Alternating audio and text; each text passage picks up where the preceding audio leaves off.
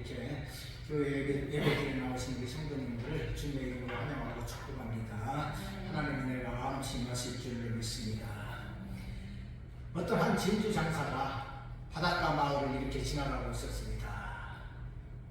그런데 이제 지나가다 보니까 어떤 한 사람이 진주를 가지고 있는데 너무 좋은 진주였습니다. 이 사람은 자기가 가지고 있는 진주가 진주인 것은 알았지만 이것이 얼마나 귀한 것인지는 몰랐습니다. 그러나 장사꾼 눈에는 그것이 너무나도 좋은 것인 것을 알았어요. 그래서 이제 장사꾼이 그것을 놓칠 수가 없으니까 자기가 가지고 있는 모든 것을 다 주어가지고 그 진주를 바꿨습니다. 그리고 그는 집으로 돌아오게 된 것이죠. 얼마나 기뻤는지 모릅니다. 이것이 바로 천국이다. 주님이 말씀해 주셨습니다. 다른 사람들에는 잘 모르지만 믿음을 가진 사람들에는 그것이 얼마나 귀하다는 것을 말씀하신 것이죠. 또 이어서 말씀하신 것이죠. 어떤 사람이 남의 밭에서 일하다가 밭 속에 감추어진 보화를 발견했습니다. 사실 이 밭은 이제 돌이 많은 그런 밭이었어요. 그런데 이제 이 주인은 이 밭이 별로 쓸모가 없는 그런 땅이기 때문에 그냥 그런가 보다 했는데 이제 일하는 일꾼이 거기 속에서 보니까 아주 값진 진주가 있는데 돌 속에 박힌 금을 발견했습니다. 그러니까 이제 이것을 아는 이 사람은 자기 집에 와가지고 가진 것을 모두 다 정리해가지고 그 밭을 샀습니다. 그 밭은 그냥 밭이 아니라 그 속에 이 보화가 감춰진 아주 귀한 밭이었기 때문에 그렇습니다. 우리 주님께서 이것을 말씀하시면서 말씀하십니다. 천국이 이와 같은 것이다. 그렇게 말씀해 주셨습니다. 천국은 믿지 않는 사람들의 눈에 보기에는 볼품없는 것입니다. 아무것도 아닌 것처럼 생각을 하지만 믿는 사람의 눈에는 그것이 제일 귀하고 값진 것임을 안다는 말씀입니다. 십자가의 도가 바로 이런 것입니다. 고린도전서 1장 18절에 보면 십자가의 도가 멸망하는 자들에게는 미련한 것이요 구원을 받는 우리에게는 하나님의 능력이라. 아멘. 십자가의 도, 예수님의 십자가에서 죽으셔서 우리를 구원하신 이 사건이야말로 가장 귀하고 아름다운 사건입니다. 그러나 멸망받는 자들, 불신자들에게는 이것이 뭐 아무것도 아닌 것처럼 생각합니다. 예수님이 십자가에 죽었다고 그것이 우리하고 무슨 관계가 있느냐 이렇게 우습게 그냥 넘어가는 것이죠. 그러나 예수님을 믿는 사람들은 이것이 얼마나 귀한 사건임을 압니다. 하나님의 아들이 이 세상에 오셔서 우리를 위해서 십자가에 죽으심으로 말미암아 우리를 구원하신 이 사건을 생각하면서 예수 믿는 사람들은 감동합니다. 감격이 있습니다. 늘 감사하는 것이죠. 바로 이것이 우리의 믿음입니다. 이것을 아는 사람이 지혜로운 사람입니다. 오늘 본문의 말씀은 이스라엘 백성들을 향한 하나님의 말씀이지요. 우리가 이제 이스라엘 백성이다 그러면은 아브라함과 이삭과 야곱의 자손 이렇게 이야기를 합니다. 하나님께서는 아브라함을 사랑하셨습니다. 갈대아 우르에서 살던 아브라함을 부르시고 그를 가나안 땅에 와서 살게 하셨던 것입니다. 너무나도 아브라함을 사랑하신 하나님이십니다. 그래서 아브라함을 통해서 태어나는 그 후손들을 하나님이 사랑하셨는데 아무나 사랑하신 것이 아니지요. 이스마엘도 아브라함의 자식이었습니다. 적의 자식들도 있었습니다. 그러나 하나님이 사랑하시는 사람은 그런 사람들이 아니었습니다. 이삭의 자손 야곱을 통해서 태어나는 12지파만이 하나님의 백성이었고 그 하나님의 백성을 하나님이 이제 당신의 백성으로 삼으시고 그들을 사랑하셨던 것을 보게 됩니다. 하나님은 이 백성들을 얼마나 사랑한지 모릅니다. 다른 사람들은 버리고 돌아보지 않을지라도 하나님의 백성만큼은 늘 살피시고 보호하시는 하나님이셨습니다. 이사야 41장 8절에 보니까 그러나 나의 종 너 이스라엘아 내가 택한 야곱아 나의 것 아브라함의 자손아. 아멘. 나의 종 너 이스라엘아 내가 택한 야곱아 나의 것 아브라함의 자손아. 이렇게 말씀하고 있는 것을 보게 됩니다. 하나님께서는 아브라함을 벗이라 부르셨는데 아브라함을 통해서 태어나는 이스라엘 백성들도 나의 것 아브라함의 자손아 이렇게 말씀하신 것을 보게 됩니다. 하나님께서는 참으로 이스라엘 백성들을 사랑하셨습니다. 너무나도 사랑하셔서 하나님의 백성을 삼으신 것입니다. 그만큼 이스라엘을 사랑하시는 하나님이십니다. 그러나 오늘 본문에는 다른 말을 사용하셔서 이스라엘 백성들을 부르십니다. 오늘 본문을 통해서 이제 우리에게 주시는 교훈을 살펴보도록 하겠습니다. 먼저는 하나님께서 버러지 같은 너 야곱아, 이렇게 말씀하시는데 오늘 14절입니다. 14절 다시 보면 버러지 같은 너 야곱아, 너희 이스라엘 사람들아 두려워하지 말라. 나 여호와가 말하노니 내가 너를 도울 것이라. 내 구속자는 이스라엘의 거룩한 이인이라. 아멘. 이스라엘 백성들을 그렇게 사랑하셔서 나의 벗, 나의 벗, 이렇게 말씀하신 하나님, 사랑하시는 그 하나님께서 오늘 본문에서는 버러지 같은 너 야곱아, 너 이스라엘 사람들아, 이렇게 말씀하시는 모습을 보게 됩니다. 왜 하나님께서 그렇게 사랑하시는 이스라엘 백성들을 향해서 버러지 같은 너 야곱아, 이렇게 말씀하시느냐, 그런 말씀입니다. 우리가 여기서 사용하는 이제 단어 버러지 같은 이 말씀을 살펴볼 필요가 있습니다. 우리가 지금 우리가 개혁 개정이라고 그러지요. 옛날에는 우리가 개혁 성경이다, 개혁 한글이다 이렇게 이야기했습니다. 그 성경에는 뭐라고 이야기했느냐? 지렁이 같은 너 야곱아, 이렇게 이야기를 했어요. 지렁이라고 표현을 했습니다. 물론 지렁이도 뭐 벌레죠. 버러지는 같은 말씀이긴 합니다만은 히브리어 원문에 보니까 여기서는 이제 벌레다 이렇게 이제 사용을 했습니다. 이 단어를 벌레라고 사용을 했어요. 그래서 이제 성경이 이렇게 서로 번역을 하면서 이제 그것을 버러지 같은 너 야곱아, 이렇게 이야기했던 것을 보게 됩니다. 그렇게 개혁 개정 성경이 히브리어 이 성경에 좀 더 가까이 번역을 했다, 이렇게 이야기할 수가 있습니다. 지렁이 같고 버러지 같은 사람들이나 이렇게 말씀하고 있는 것입니다.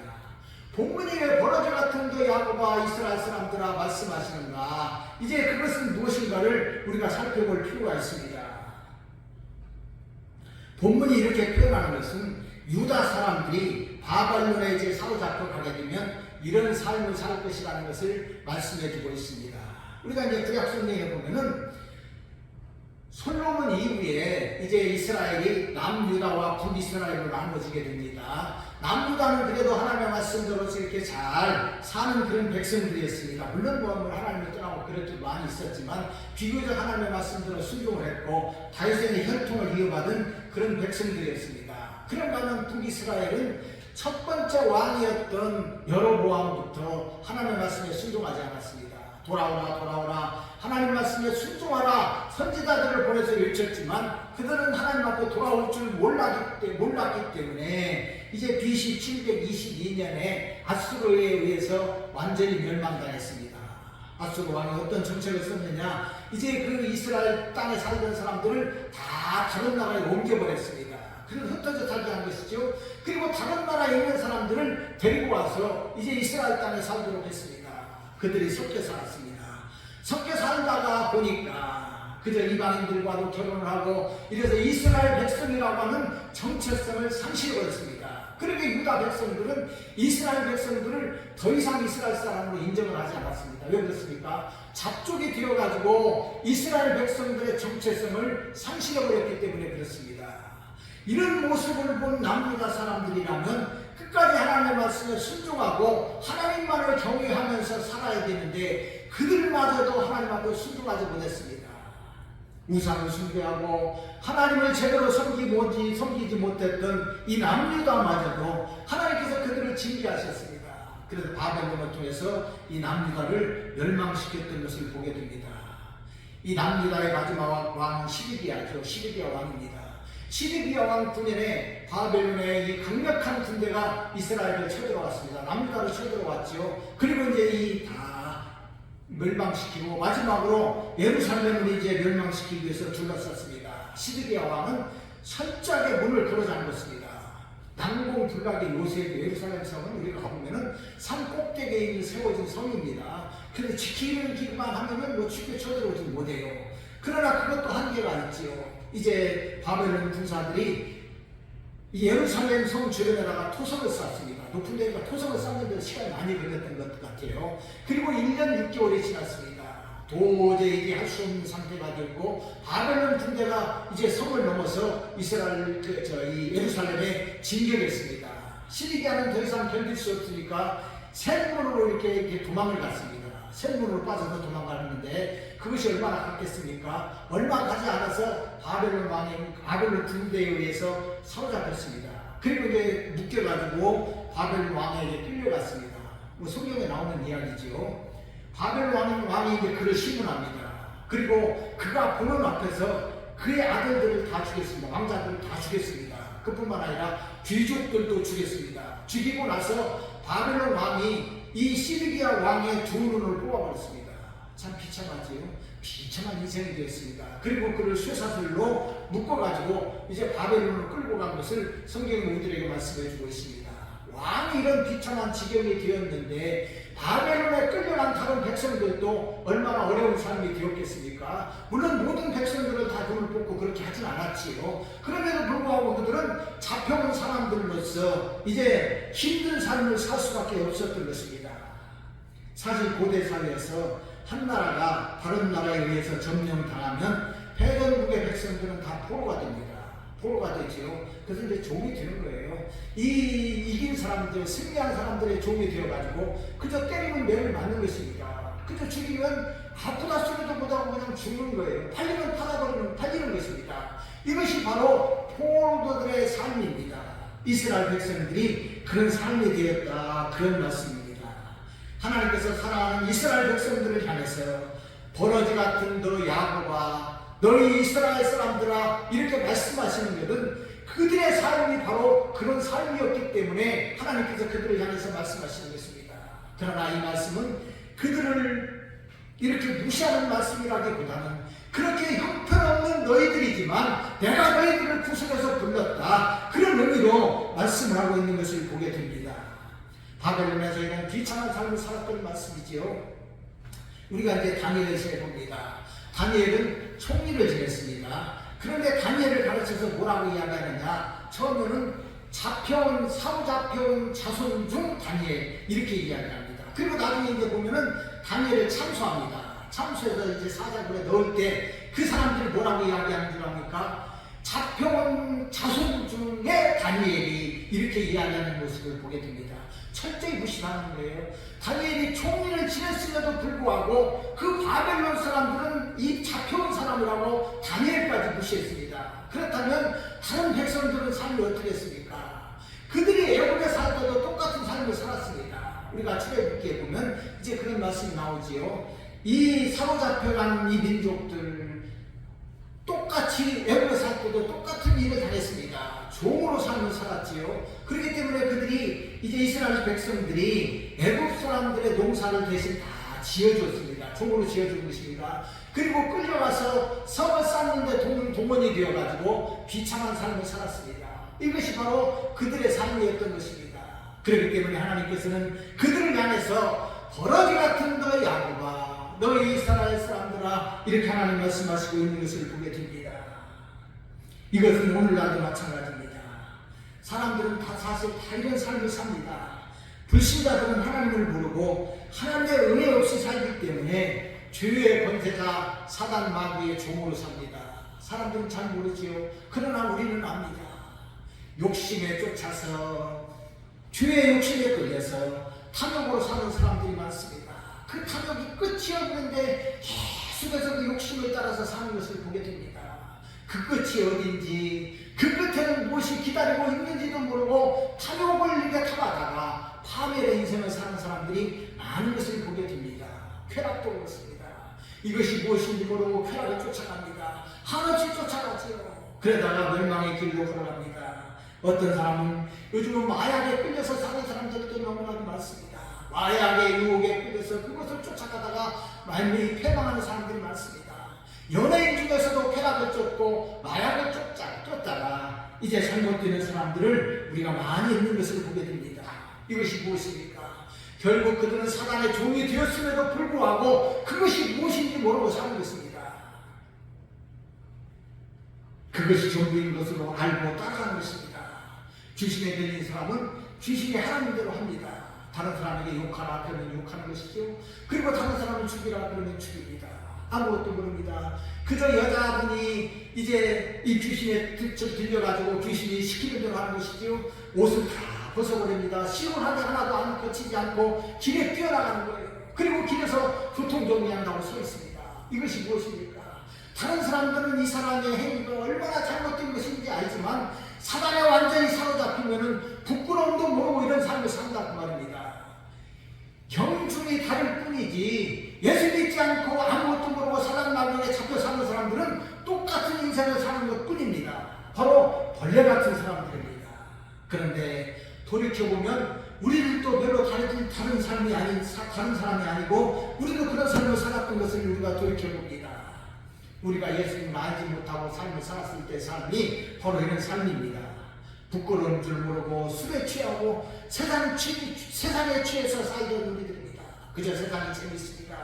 세상 따라가다 보니까 너무나도 좋아요. 그것이 무엇인지 모르고 그냥 따라가서 살던 사람들이 바로 우리들이요. 세상의 즐거움을 위해서 인생을 허비했던 사람들이 우리들이었던 것을 보게 됩니다.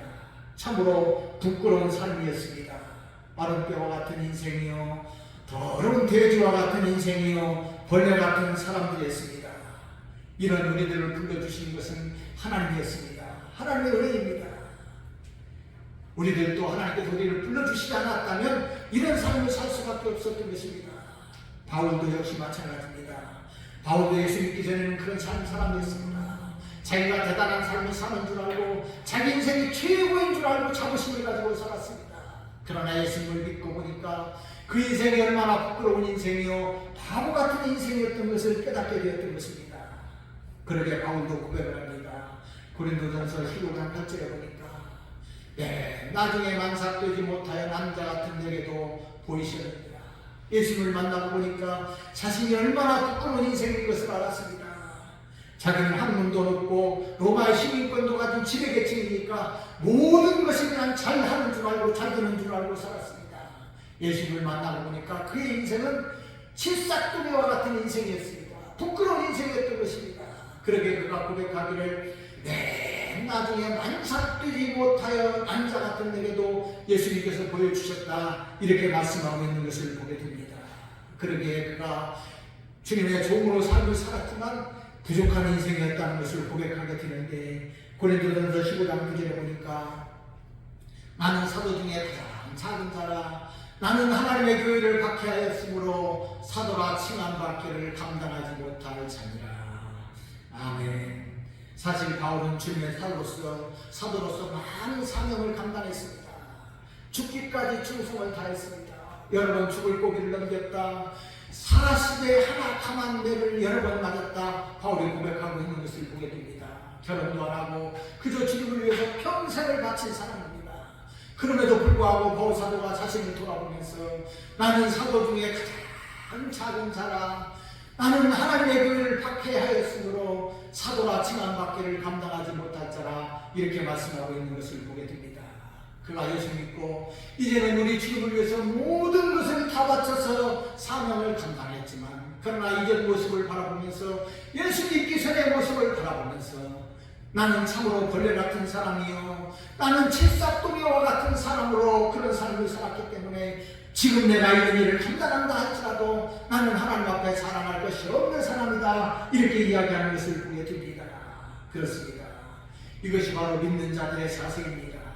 우리가 다 이런 사람들입니다. 하나님 앞에서 인간적인 우리들의 모습, 특별히 예수 믿기 전에 우리들의 삶이, 그리고 믿음 생활을 제대로 하지 못했던 때 우리들의 삶이 이와 같았다는 말씀입니다. 그런 우리를 부르신 우리 주님이십니다. 예수님께서는 우리를 불러서 구원하시기 위해서 하나님이시고 하나님의 아들이신 예수님이 이 세상에 오셔서 벌레 같은 모습으로 삶을 사셨습니다. 다윗도 자신의 모습을 보면서 나는 벌레라고 이야기를 했는데, 사실 이것은 자신을 말하는 것이라기보다는 이제 다오신 예수님에 대해서 말씀하신 그런 말씀입니다. 시편 22편 6절 말씀입니다. 나는 벌레요 사람이 아니라 사람의 비방거리요 백성의 조롱거리입니다. 다윗이 자신을 돌아보면서 이런 고백을 했습니다. 다윗이 사울에게 쫓기면서 살았던 삶이 그런 삶이었습니다. 그가 다윗이 늘 사울이 죽이려 하기 때문에 적국에 이렇게 갔습니다. 아기스 왕에게 가서 이제 보니까 그의 신하들이 다윗을 알아보았습니다. 그 자기가 이제 죽을 것 같으니까 바로 미친 채 했습니다. 그저 침을 질질 흘려가지고 수염에 지름이 침을 흘려내렸습니다. 그리고 미친 척한 것이죠. 바로 다윗의 모습이 이런 사람이었다. 나는 벌레요 사람이 아니라, 이렇게 이야기를 하는데, 사실 이 말씀은 우리 주님을 가리키는 말씀입니다. 예수님께서 벌레와 같은 모습으로 이 세상에 오셔서 오셔서 우리들을 위해서 살 것을 말씀하신 것입니다.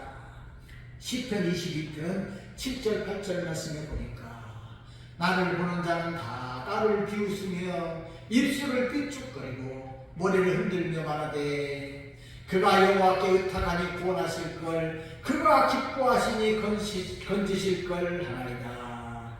아멘. 아멘. 예수님께서 십자가에 죽으시는 모습이 차마 사람이라고 말하기 어려울 정도로 벌레와 같은 그런 모습입니다.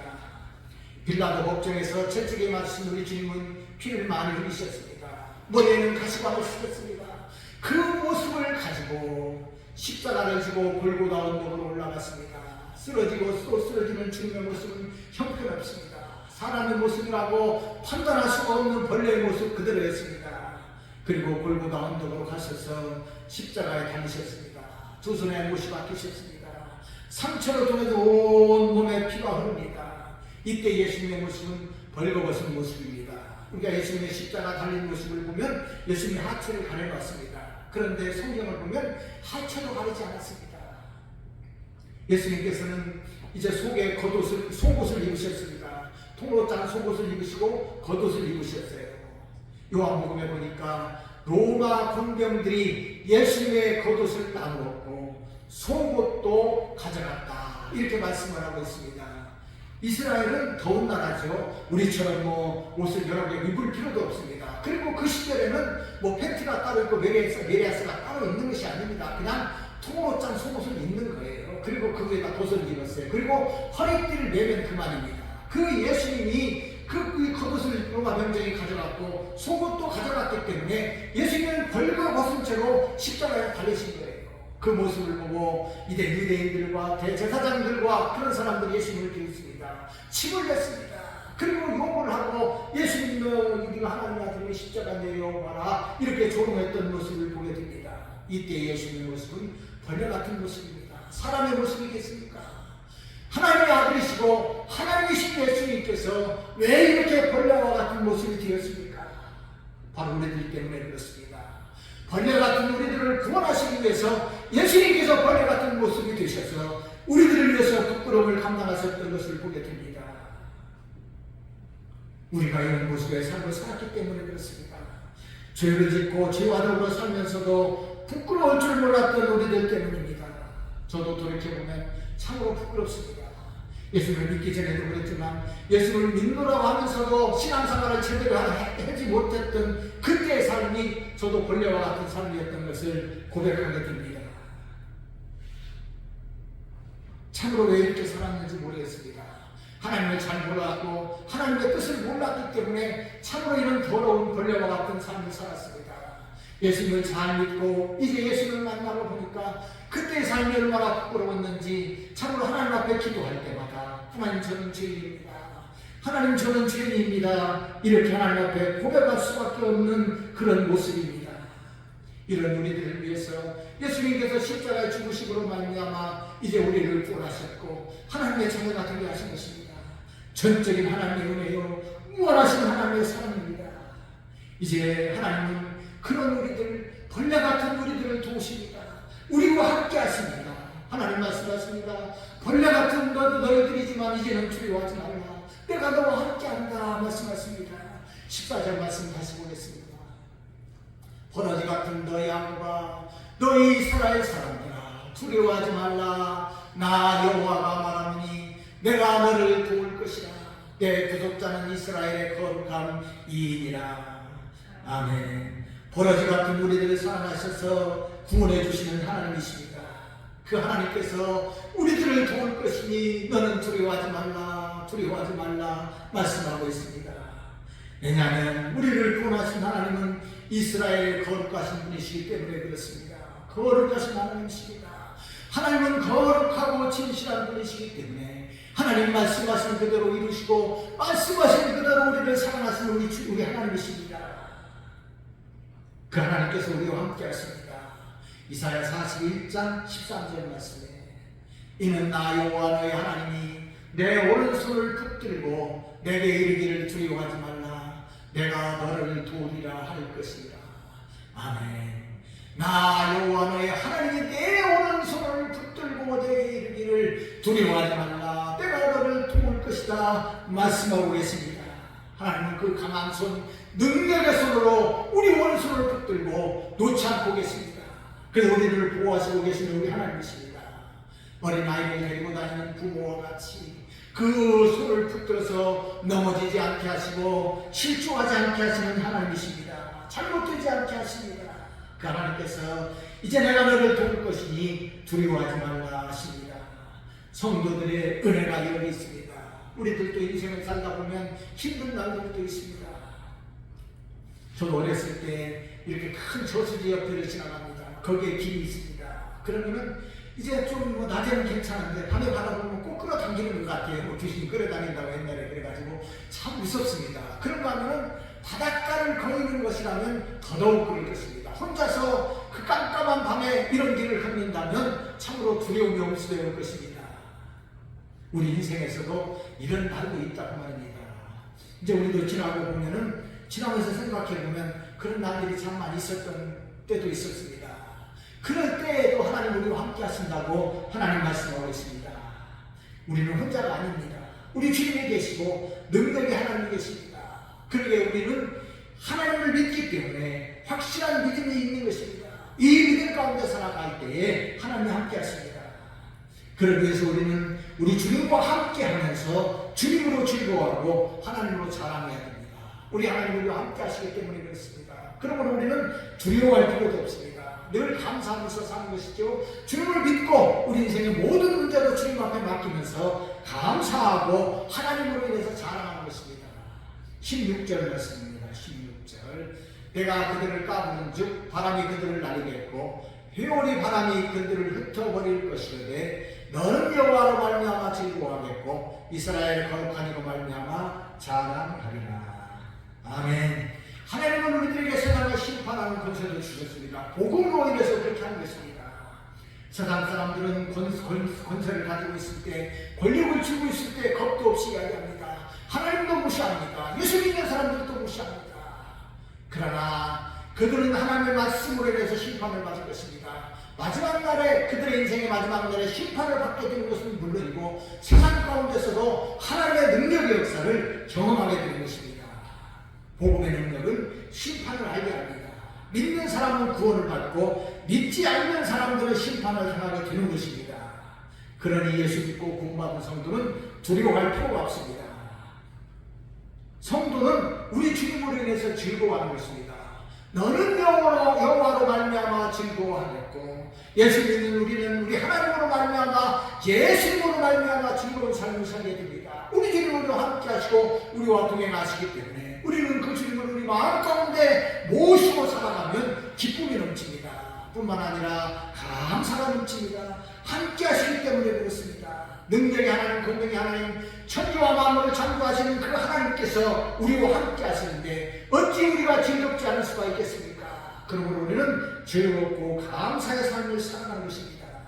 우리 인생의 문제도 하나님께 맡기면 하나님이 우리를 사랑하시는 그 마음으로 해결해 주십니다. 이것이 성도들의 은혜입니다. 또 아니면 성도는 우리 하나님으로 말미암아 자랑하는 것입니다. 이스라엘의 거룩한 이로 말미암아 자랑합니다. 우리와 함께 하시는 하나님, 능력의 하나님, 우리를 구원하실 그 하나님을 우리는 자랑하면서 살아가는 것입니다. 이것이 성도들의 삶입니다. 이런 믿음이 있기를 바랍니다. 우리는 세상 자랑, 세상 것으로 자랑하는 것이 아닙니다. 우리가 잘난 것으로 자랑하는 것이 아닙니다. 무엇을 자랑하는 것입니까? 천지와 만물을 창조하신 하나님, 우리와 함께 하시는 하나님, 우리를 구원하시기 위해서 십자가에 들고 싶은 우리 주님의 그 십자가, 이것을 우리는 자랑하는 것입니다. 그 은혜로 우리가 구원받고 그 은혜로 우리가 살기 때문에 우리는 그것을 자랑하는 것입니다. 우리를 구원하신 그 은혜, 십자가 은혜보다 더한 것은 없습니다. 그러게 우리는 예수 그리스도의 십자가만을 자랑하는 것입니다. 우리들도 이런 믿음의 사람들이 되시기를 바랍니다. 말씀을 맺습니다. 하나님은 버러지 같은 우리를 사랑하셔서 구원해 주셨습니다. 죄와 마귀의 권세 아래에서 더럽고 추한 인생을 살던 우리들입니다. 그런 우리들을 사랑하셔서 예수님이 십자가에서 벌레 같은 모습으로 죽으신 것입니다. 이 주님의 십자가 은혜로 구원받은 우리는 하나님의 자녀입니다. 우리 아버지 되신 하나님은 우리에게 이렇게 말씀하십니다.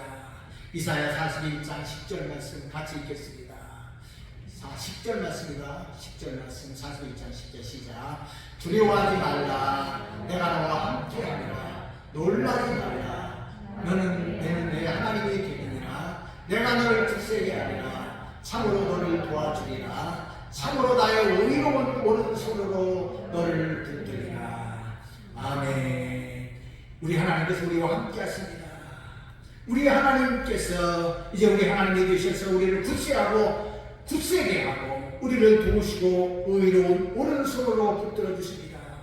그러므로 우리에게는 두려움이 없습니다. 걱정도 없습니다. 능력의 하나님이 우리 아버지가 되셔서 함께 하시기 때문에 그렇습니다. 그러므로 우리는 우리 하나님으로 인해서 즐거워하고 우리 주님의 십자가만을 자랑하는 그런 믿음의 삶을 사는 우리들이 되시기를 바랍니다. 하나님의 은혜와 축복이 우리 모두와 함께 하시기를 주님의 이름으로 축원드립니다.